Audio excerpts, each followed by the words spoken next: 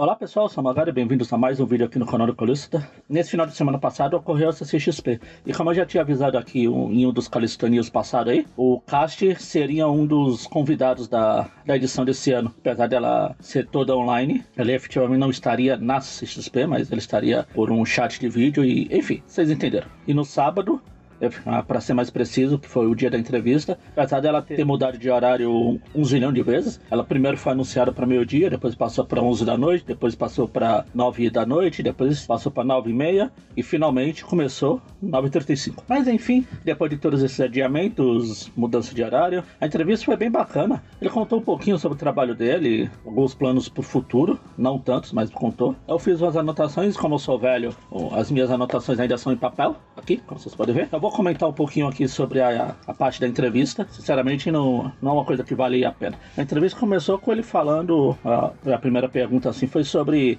que nas histórias dele ele gosta de usar coisas futurísticas, como drones.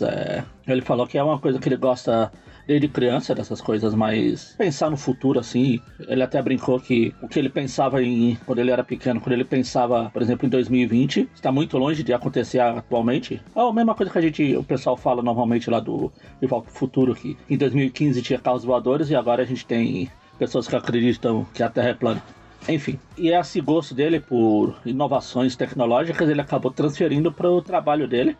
É por isso que na obra dele como um todo, volta e meia aparece um artefato mais avançado, uma civilização alienígena ou à frente do seu próprio tempo, etc. Assim como nas várias histórias dele, ele trata de coisas adultas, tipo guerra, algum país de ditadura. Ele falou que é interessante porque ensina um pouco para as crianças que estão lendo os quadrinhos, um pouco sobre essas coisas. Ele insere pelo menos mostrar para as crianças que essas coisas existem, e aí elas vão atrás de procurar, estudar, etc. Mas não pode ser feito com muita... não é muito... como é que fala? Muito diretamente. Ele até deu um exemplo lá, por exemplo, sempre são países fictícios, nunca citam o país efetivamente, para não dar problema com o próprio país, etc. Eu achei legal essa forma de pensar dele.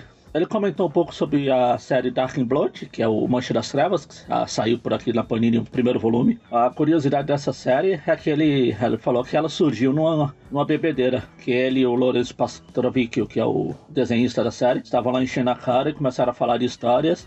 E ele contou sobre uma história que ele estava planejando sobre uma cidade futurística, teria um monte de coisa, etc. E o Pastrovic falou que estava querendo fazer uma história com Mancha Negra, não que se passasse no futuro, mas que ele usasse coisas mais avançadas, objetos, armas, etc, etc. Eles dois uniram a ideia e surgiu o Mancha das Trevas, que é bem elogiada. Eu não cheguei a ler, mas o pessoal que leu fala que será bem bacana. Outro ponto abordado são os personagens que ele criou para o universo do Mickey. Ele citou vários lá, tipo a Eurásia, a Estrela Marina, Pegadinha. Desses todos que ele falou, eu só conheço a Eurásia, que saiu numa História da Cultura. O resto eu não faço a menor ideia de quem seja. Porque, como eu já falei, mas é sempre bom ressaltar, eu passei muitos anos sem ler coisas do Mickey. Então, várias dessas coisas que só aconteceram nesses anos aí, eu não faço a menor ideia do que foi.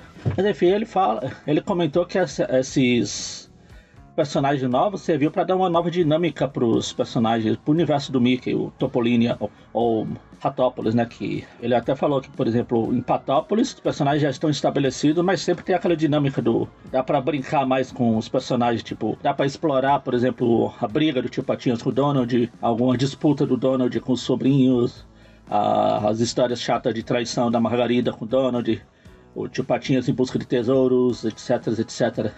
E no universo do Mickey isso está meio engessado, estático, foi a palavra que ele usou. Que lá todo mundo é amigo, basicamente. Você não vai ver nas histórias do Mickey, ou, por exemplo, o Mickey brigando com o Pateta do jeito que o Tio Patinhas faz com o Donald. O Mickey desafiando o Chiquinho e o Francisquinho, a Minnie traindo o Mickey. Então esses novos personagens serviram para dar essa dinâmica, colocar uma nova dinâmica, sem precisar mexer nos personagens clássicos.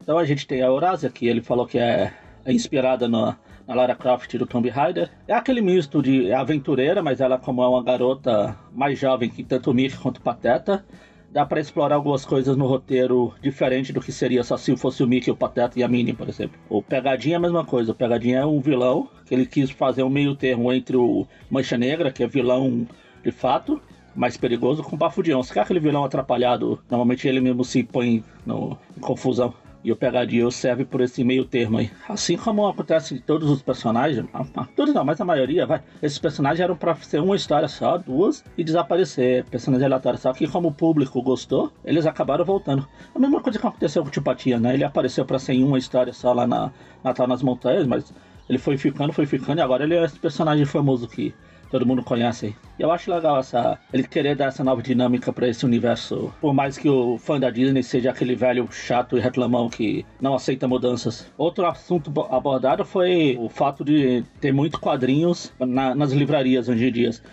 Eles estarem saindo um pouco da banca de jornais e indo para as livrarias. Ele comentou que isso é uma coisa natural da evolução, porque o quadrinho vai acompanhando o leitor. Se o leitor vai evoluindo para comprar outras coisas, o quadrinho tem que criar novas formas de atrair esse pessoal. Por isso que tem esses quadrinhos, no caso do Brasil aqui, mais a Panini que lança para livraria com preço exorbitante, que são para os adultos, e o Caixa comentou lá da Itália, e nas bancas de lá fica a revista Topolino, aquela revista semanal, mais baratinha, porque é para as crianças conhecerem os personagens, angariar novos públicos, que é o paralelo brasileiro aqui, são as revistas mensais da Culturama, que servem para esse propósito. E ele falou que para esses personagens se renovar, seria ideal eles fazerem iguais os personagens da Marvel e da DC, que não ficaram só nos quadrinhos, eles passaram para desenhos, para jogos, para aplicativos de celulares, para atrair um público novo, mesmo que nunca tenha lido quadrinhos, para apresentar eles para essa parcela do público que efetivamente não conhece. Outro assunto levantado foi o jornalista que estava conduzindo a entrevista. Eu infelizmente esqueci o nome, não anotei ali, que eu sou idiota, mas eu vou deixar o nome dele aqui. Ele comentou que como o Caixa gosta de colocar essas coisas atuais, assuntos atuais nas histórias, se ele estava pensando em alguma história envolvendo a pandemia que a gente está passando, o coronavírus, etc. E o Caixa explicou que normalmente quando eles colocam, não só ele, mas os roteiristas em geral, colocam esses assuntos mais atuais, o período crítico já passou, vamos dizer assim. Eles não vão publicar uma história da Segunda Guerra, falando dos terrores dentro da Segunda Guerra, por exemplo. Eles deixam passar uns anos para ser mais palatável para o público assimilar, pelo menos para quem sobreviver. Ele até deu um exemplo de algumas outras histórias dele que tenha, não a pandemia, mas tem vírus, tem alguma epidemia, alguma doença. E uma das histórias que ele falou foi exatamente as Ondas Scratch, que saiu aqui na Grande Almanac Disney 6 da Culturama, que é uma história basicamente de epidemia zumbi, no caso, e foi, inclusive eu, puxando um pouco sardinha pro meu lado, foi uma coisa que eu citei no vídeo de review, que era a história basicamente de zumbis.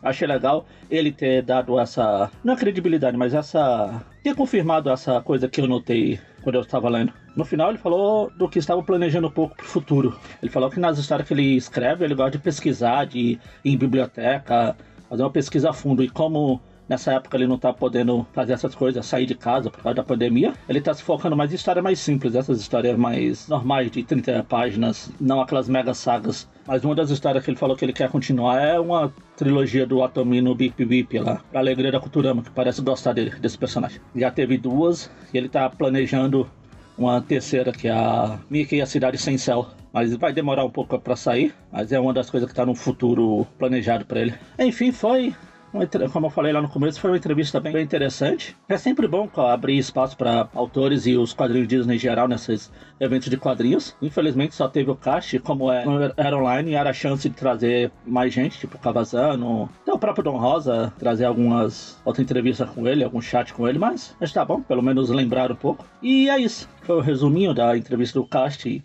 É um autor que eu tô aprendendo como eu já tenho falado nos vídeos de review, eu tô aprendendo a gostar. Eu sempre falo, inclusive teve um dos meus comentários no chat, acabou aparecendo lá no vídeo lá, foi exatamente eu falando que alguém que consegue fazer boas histórias com o Mickey realmente é um bom desenhista, e é o caso do Caixa, as histórias dele são bacanas. E é isso, se vocês gostaram, se inscreva no canal e até o próximo vídeo.